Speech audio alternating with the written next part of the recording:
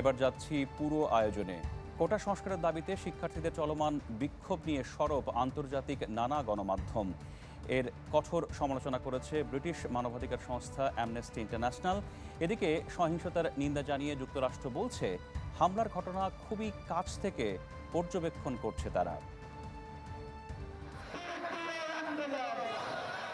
কোটা সংস্কারের দাবিতে উত্তাল গোটা দেশ, যার উত্তাপ ছড়িয়েছে বহির্বিশ্বেও। শিক্ষার্থীদের ওপর হামলার নিন্দা জানিয়েছে যুক্তরাজ্য ভিত্তিক মানবাধিকার সংস্থা অ্যামনেস্টি ইন্টারন্যাশনাল। সামাজিক যোগাযোগ মাধ্যম এক্সে এক পোস্টের মাধ্যমে কথা জানায় সংস্থাটির দক্ষিণ এশিয়া শাখা। প্রোটেক্ট দ্য প্রোটেস্ট হ্যাশট্যাগ দিয়ে লেখা এ পোস্টে দ্রুত সরকারকে শিক্ষার্থীদের নিরাপত্তা নিশ্চিতের আহ্বান জানায় অ্যামনেস্টি। সংস্থাটি আরও জানায়, অতীতেও বাংলাদেশে বৈধ আন্দোলনে সাদা পোশাকধারীদের হামলার ঘটনা শনাক্ত করেছেন তারা। কোটা আন্দোলন প্রসঙ্গে আলোচনা হয়েছে মার্কিন পররাষ্ট্র মন্ত্রণালয়ের নিয়মিত ব্রিফিংয়ে। শিক্ষার্থীদের ওপর সহিংসতার নিন্দা জানান মুখপাত্র ম্যাথিউ মিলার। বলেন, উদ্ভূত পরিস্থিতি নিবিড়ভাবে পর্যবেক্ষণ করছে ওয়াশিংটন। ঢাকা সহ সারা দেশে ছাত্র আন্দোলনের বিষয়ে আমরা সচেতন ও পর্যবেক্ষণ করছি। শতাধিক আহত ও আক্রমণের শিকার হয়েছে। মত প্রকাশের স্বাধীনতা ও শান্তিপূর্ণ সমাবেশ যে কোনো গণতন্ত্রের জন্য অপরিহার্য। আমরা শান্তিপূর্ণ সমাবেশে হামলার নিন্দা জানাই। সহিংসতায় যারা ক্ষতিগ্রস্ত হয়েছে তাদের প্রতি সহানুভূতি প্রকাশ করছি। শতাধিক শিক্ষার্থী আহতের দাবি করে প্রতিবেদন প্রকাশ করেছে কাতার ভিত্তিক সংবাদ মাধ্যম আল জাজিরা। হামলার জন্য ক্ষমতাসীন দলের ছাত্র সংগঠনকে দায়ী করেন তারা। ভারতীয় সংবাদ মাধ্যম টাইমস অফ ইন্ডিয়া এবং এনডিটিভির প্রতিবেদনেও উঠে এসেছে একই তথ্য। বার্তা সংস্থা রয়টার্স গুরুত্ব দিয়ে প্রকাশ করেছে বাংলাদেশে কোটা সংস্কার আন্দোলনের খবর। একে প্রধানমন্ত্রী শেখ হাসিনার চতুর্থ মেয়াদে ক্ষমতা নেয়ার পর প্রথম ও সবচেয়ে বড় বিক্ষোভের তকমা দিয়েছে সংবাদ মাধ্যমটি। আশ্বাস চৌধুরী, চ্যানেল 24। আগামী প্রেসিডেন্ট নির্বাচনে আনুষ্ঠানিকভাবে রিপাবলিকান পার্টির প্রার্থী হলেন ডোনাল্ড ট্রাম্প। উইসকনসিনে রিপাবলিকান পার্টির জাতীয় সম্মেলনের প্রথম দিনে দেয়া হয় এই ঘোষণা। এ সময় রানিং মেট হিসেবে সিনেটর জে.ডি. ভ্যান্সকে বেছে নেন সাবেক এই প্রেসিডেন্ট। ফলে নির্বাচনে রিপাবলিকানদের জয় হলে ভাইস প্রেসিডেন্টের দায়িত্ব পাবেন ভ্যান্স। গুলিতে ফুটো হওয়া কানে ব্যান্ডেজ নিয়েই রিপাবলিকান পার্টির জাতীয় সম্মেলনে আসেন ডোনাল্ড ট্রাম্প। প্রিয় নেতাকে দেখে উল্লাসে মাতেন সমর্থকরা। সোমবার ট্রাম্পকে আনুষ্ঠানিকভাবে প্রেসিডেন্ট প্রার্থী হিসেবে মনোনীত করে রিপাবলিকান পার্টি।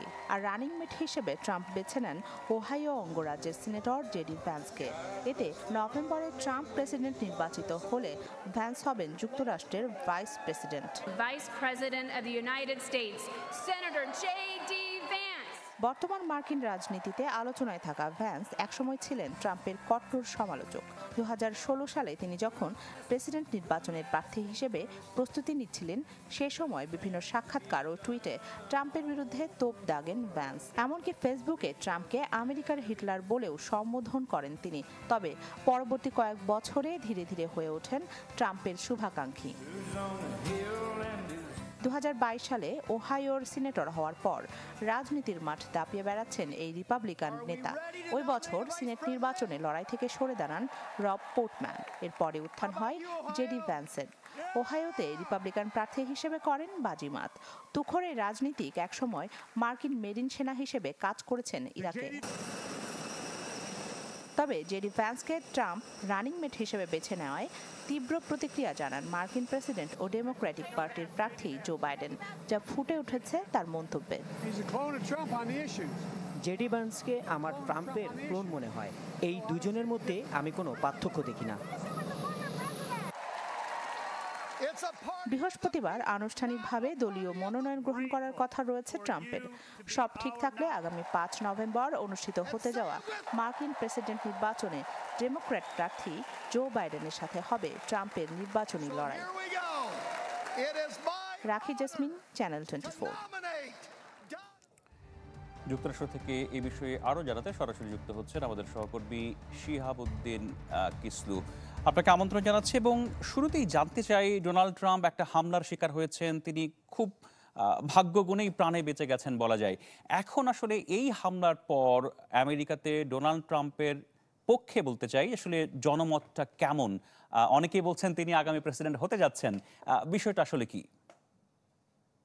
বিষয়টি আপনারা যেমনটি শুনছেন আন্তর্জাতিক গণমাধ্যমে, বিষয়টি এখানকার বর্তমান বাস্তবতাটাও তেমনই। যদিও বলে রাখা প্রয়োজন যে এই ডোনাল্ড ট্রাম্পের র‍্যালিতে গুলি হওয়ার ঘটনার আগেই কিন্তু ডোনাল্ড ট্রাম্প জো বাইডেনের থেকে জনমত জরিপে বা যে বাস্তবতায় অনেকটাই এগিয়ে ছিলেন। এই ঘটনা, পেনসিলভেনিয়ার ঘটনা অবশ্যই তাকে আরো অগ্রসর করেছে এবং বিশেষ করে রিপাবলিকান পার্টির ভেতরে যে আভ্যন্তরীণ যে দ্বিমত বা মতদ্বৈধতা ছিল সেটা তো মিলেছেই। এমনকি রিপাবলিকান দের যে পলিসি, যে সেই পলিসি মেকিং এর ক্ষেত্রে আপনারা জানেন যে ডেমোক্রেট দলের ভেতরেও কিছু কনজারভেটিভ সদস্য রয়েছেন।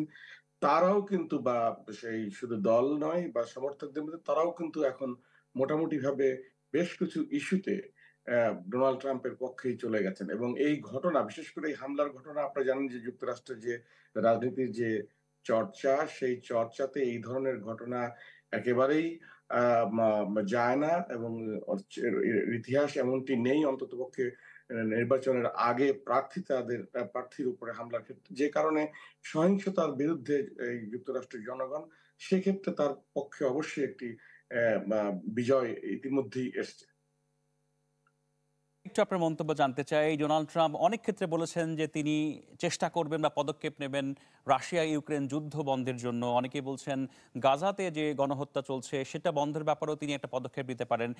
যদি আসলে আগামী নির্বাচনে কোনো না কোনোভাবে ডোনাল্ড ট্রাম্প আবার প্রেসিডেন্ট নির্বাচিত হন, এই দুটো যুদ্ধ বা এই সংঘাত বন্ধের ব্যাপারে তার কি কোনো ভূমিকা থাকতে পারে? ডেফিনেটলি এখানকার যুক্তরাষ্ট্রের যিনি প্রেসিডেন্ট, তার একটি ক্ষমতা থাকে, যিনি এই ধরনের পদক্ষেপ থেকে তার নেতৃত্ব দিতে পারেন। আপনারা জানেন যদিও এবারের নির্বাচনে কিন্তু যতটা না আভ্যন্তরীণ বিষয়, তার থেকে বেশি আন্তর্জাতিক বিষয় কিন্তু প্রভাব ফেলেছে। বিশেষ করে যুদ্ধ এই যুক্তরাষ্ট্রের জনগণ চায় না। যুক্তরাষ্ট্রের জনগণ কিন্তু অত্যন্ত শান্তিপ্রিয় এবং যুদ্ধের বিরুদ্ধে। এই যুদ্ধের একটা ইম্প্যাক্ট এই জনগণের মধ্যে পড়েছে, যে কারণে তারা সেক্ষেত্রেও যুদ্ধের একটা ইতিবাচক দিক তারা দেখতে চায়, যুদ্ধ বন্ধের দিক দিয়ে। কিন্তু যে বিষয়টি হচ্ছে যে আন্তর্জাতিক রাজনীতিতে যুক্তরাষ্ট্রের যে পররাষ্ট্র নীতি, সেই নীতি পরিবর্তনের ক্ষেত্রে ডোনাল্ড ট্রাম্পের একক ভূমিকা কতটুকু সফলতা হবে, সেটি হচ্ছে বড় কথা। বিকজ আন্তর্জাতিক রাজনীতিতে আপনারা জানেন যে বাইডেন এসেই বলেছিলেন যে আমরা আন্তর্জাতিক মঞ্চে আবার উপস্থিত, আমরা আমাদের নেতৃত্ব দিতে চাই, আগের জায়গায় ফিরে পেতে চাই। সেই জায়গা থেকে অবশ্যই প্রশ্ন রয়েছে। তবে যে বিষয়টি জানা দরকার যে আসলে এবারের এই নির্বাচনে বেশ কিছু বিষয়, যুদ্ধ ছাড়াও আরো কিছু বিষয় এখানে অত্যন্ত গুরুত্ব পেয়েছে। অর্থনীতি এবং বাসস্থান, এই বিষয়গুলো রয়েছে। সেই ক্ষেত্রে ডোনাল্ড ট্রাম্পের যে অবস্থান, সেই অবস্থানের পক্ষে অনেক জনমত জরিপের জায়গা থেকে দেখা গেলে তার দায়িত্ব এখানেই বেশি রয়েছে। আরেকটা বিষয় যে ডোনাল্ড ট্রাম্প তার এই জেডি ভেন্সকে মনোনয়নের মধ্য দিয়ে যে সবচেয়ে গুরুত্বপূর্ণ, যেটা যুক্তরাষ্ট্রের রাজনীতিতে কিন্তু নতুন একটি মোড় আসছে, একটু নতুন নেতৃত্ব, তরুণ নেতৃত্ব। আপনারা খেয়াল করছেন যে এই যিনি প্রেসিডেন্ট হন বা প্রেসিডেন্ট পদপ্রার্থী হন, তার পরের যিনি ব্যক্তি, তিনিই কিন্তু পরবর্তী নেতা। অর্থাৎ ডোনাল্ড ট্রাম্পের অনুপস্থিতিতে জেডি ভেন্স হবেন রিপাবলিকান দলের নেতা। এমনকি যদি প্রেসিডেন্ট পদপ্রার্থী হতে হয়, তিনিই হবেন এর পরবর্তী প্রেসিডেন্ট পরবর্তী।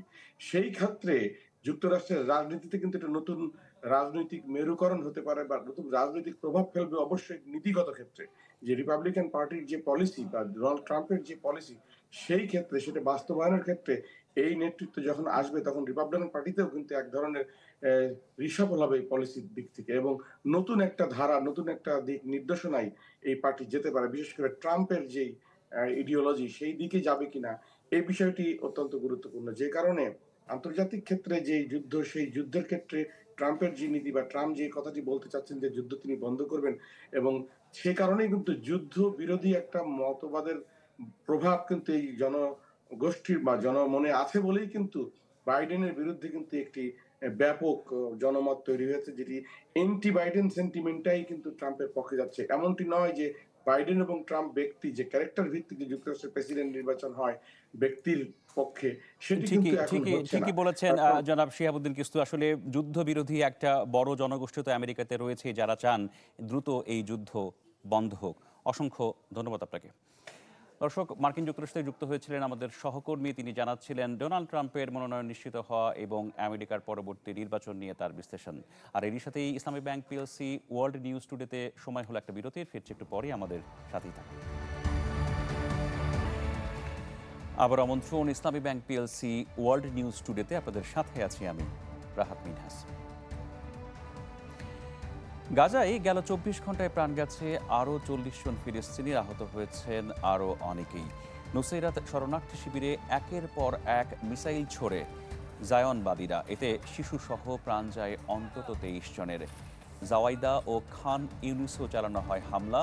দখলদারদের হামলায় প্রাণ গেছে আল আউসা রেডিওর সাংবাদিক আবদুল্লাহ মিশমিশের।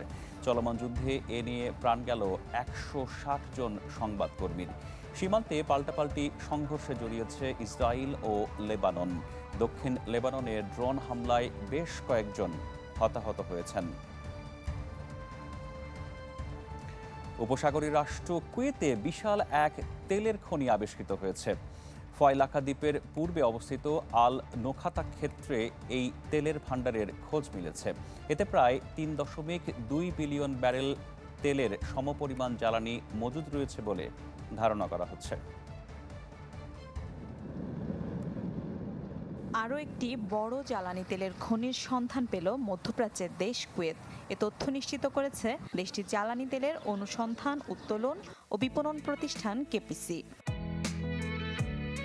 দেশটির ফায়লাকা দ্বীপে পাওয়া গেছে নতুন এই খনির সন্ধান। প্রায় 96 বর্গ কিলোমিটার আয়তনের খনিটিতে অন্তত 320 কোটি ব্যারেল তেল রয়েছে বলে ধারণা করা হচ্ছে। কুয়েত পেট্রোলিয়াম কর্পোরেশন বলছে এই তেল ক্ষেত্রে প্রায় 2.1 বিলিয়ন ব্যারেল হালকা তেল ও 5.1 ট্রিলিয়ন স্ট্যান্ডার্ড ঘনফুট গ্যাস রয়েছে, যা দেশটির অর্থনীতিতে ব্যাপক প্রভাব ফেলবে বলে আশা করা হচ্ছে। সংস্থাটি জানায়, বর্তমান খনিগুলো থেকে এক বছরে কুয়েত যে পরিমাণ পেট্রোলিয়াম উৎপাদন করে তার 3 গুণের বেশি তেলের মজুত রয়েছে নতুন এই খনিটিতে। পারস্য উপসাগরীয় অঞ্চলে তেল সমৃদ্ধ অন্য দুই দেশ সৌদি আরব ও সংযুক্ত আরব আমিরাত জ্বালানি তেলের ওপর নির্ভরশীলতা কমাতে বিভিন্ন পদক্ষেপ নিলেও কুয়েতের অর্থনীতি এখনও সম্পূর্ণভাবে পেট্রোলিয়ামের ওপর নির্ভরশীল। ধারণা করা হয়, শতকরা হিসেবে বিশ্বের মোট তেলের মজুদের 4% রয়েছে দেশটিতে। ওপেক প্লাসের তথ্য বলছে, এই মুহূর্তে কুয়েত বিশ্বের তৃতীয় বৃহত্তম জ্বালানি তেলের যোগানদাতা এবং প্রতি বছর দেশটি 104 কোটি ব্যারেল তেল উত্তোলন করে। মিলা খন্দকার, চ্যানেল 24। আর এর সাথেই ইসলামী ব্যাংক পিএলসি ওয়ার্ল্ড নিউজ টুডেতে সময় হলো আরেকটা বিরতির। ফিরছে একটু পরেই, আমাদের সাথেই থাকুন। স্বাগত আরেকবার, আপনারা দেখছেন ইসলামী bank PLC world news today. ভারতের লোকসভা নির্বাচনে কিছুটা হোঁচট খেলেও সামাজিক যোগাযোগ মাধ্যমে জনপ্রিয়তায় ভাটা পড়েনি ভারতের প্রধানমন্ত্রী নরেন্দ্র মোদীর। সামাজিক যোগাযোগ মাধ্যমে বর্তমানে সবচেয়ে বেশি অনুসারীর রাষ্ট্রনেতা ভারতের প্রধানমন্ত্রী।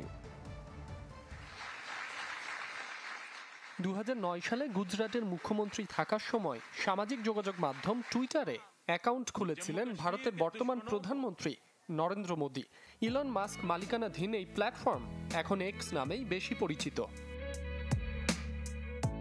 অ্যাকাউন্টটি চালু করার পর পেরিয়েছে 15 বছর, আর এই দীর্ঘ সময়ে মোদির ফলোয়ার ছাড়িয়েছে 10 কোটি, যা বর্তমান বিশ্বের নেতৃত্বে থাকা রাষ্ট্রনেতাদের মধ্যে সর্বোচ্চ। এদিকে ভারতে ফলোয়ারের দিক থেকে মোদি পেছনে ফেলেছেন তারকা ক্রিকেটার বিরাট কোহলিকে। এমনকি মার্কিন পপ তারকা টেইলর সুইফটও ছাড়াতে পারেনি 10 কোটির ঘর। তার আছে 9 কোটি 53 লাখ ফলোয়ার। সামাজিক যোগাযোগ মাধ্যমে জনপ্রিয়তার শীর্ষে থাকলেও নিজ দেশে মোদির জনপ্রিয়তায় কিছুটা ভাটা পড়েছে, যার প্রমাণ এবারের লোকসভা নির্বাচন। 400 আসনের মাইল ফলক থাকলেও মোদির দল বিজেপি পেয়েছে 240টি, যেখানে 2019 সালে তার দলের সংগ্রহ ছিল 303 আসন। এবার নিজ আসন বারাণসীতে জয় পেলেও গতবারের চেয়ে কমেছে মোদির ভোট সংখ্যা। মাসুম রাব্বি, চ্যানেল 24। এবার এক নজরে দেখে নেব বিশ্বের আরও বেশ কিছু খবর।